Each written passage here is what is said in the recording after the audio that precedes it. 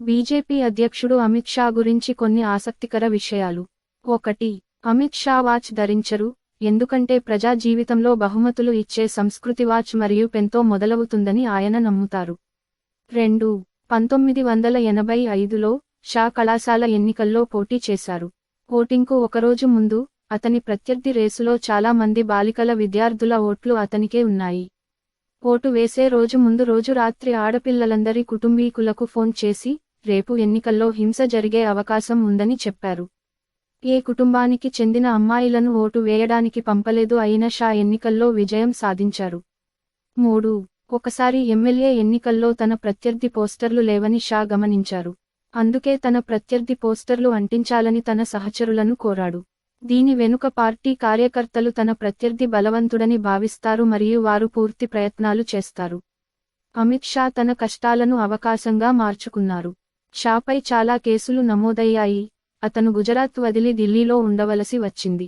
కొత్త ప్రదేశం, తెలియని వ్యక్తులు, కుటుంబానికి దూరంగా, అన్ని సమయాలలో కోర్టు విచారణలు. ఇలాంటివి ఎవరికైనా జరిగి ఉంటే ఆ వ్యక్తి రాజకీయాల నుంచి తప్పుకునేవాడు. అయినా షా వదల్లేదు. అతను ఢిల్లీలో నివసించే తన సమస్యను అవకాశంగా మార్చుకున్నాడు, ఢిల్లీ రాజకీయాలను అర్థం చేసుకోవడానికి ఈ సమయాన్ని ఉపయోగించుకున్నాడు. ఇది బీజేపీ అధ్యక్షుడైన తర్వాత అతనికి చాలా సహాయపడింది. 4. అమిత్ షా విదేశీ పర్యటనలు చాలా తక్కువ.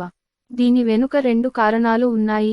1. అతను తన సమయాన్ని వృధా చేయకూడదనుకోవడం, మరియు 2వది భారతదేశంలో ప్రపంచం చూడవలసిన ప్రదేశాలు చాలా ఉన్నాయని షా నమ్ముతున్నారు. 5. వ్యక్తిగత జీవితంలో షా వైఖరి ప్రగతిశీలమైనది. తన కుమారుడి వివాహం విషయానికి వస్తే, షా ఇంటర్ క్యాస్ట్ మ్యారేజ్కు మద్దతు ఇచ్చాడు మరియు షా కుమారుడు జై షా ఇంటర్ కాస్ట్ మ్యారేజ్ చేసుకున్నాడు. 6. 2000లో Shah Ahmedabad state cooperative bank chairman అయినప్పుడు, బ్యాంక్ 20 కోట్ల నష్టాల్లో ఉంది. షా వ్యూహం వల్ల బ్యాంకు 6 కోట్ల లాభాలకు దారితీసింది. 7. షా 49 ఏళ్ల వయస్సులో బీజేపీకి అతి పిన్న వయస్కుడైన జాతీయ అధ్యక్షుడయ్యాడు. 8. షా నాయకత్వంలో బీజేపీ తన సభ్యత్వ ప్రచారాన్ని ప్రారంభించి ప్రపంచంలోనే అతిపెద్ద పార్టీగా అవతరించింది. 9. అమిత్ షా పోటీ చేసిన అన్ని ఎన్నికల్లో విజయం సాధించారు. 10. షాకు జర్నల్ రాయడం అలవాటు, అది తన సొంత మూల్యాంకనం కోసం అని చెప్పాడు. 11. 13 సంవత్సరాల వయస్సులో, షా సర్దార్ పటేల్ కుమార్తె మణిబెన్ పటేల్ కోసం ప్రచారం చేయడానికి పోస్టర్లు అతికించేవాడు. ఇందిరాగాంధీ అణచివేత విధానాలకు వ్యతిరేకంగా మణిబెన్ పోరాడారు. 12.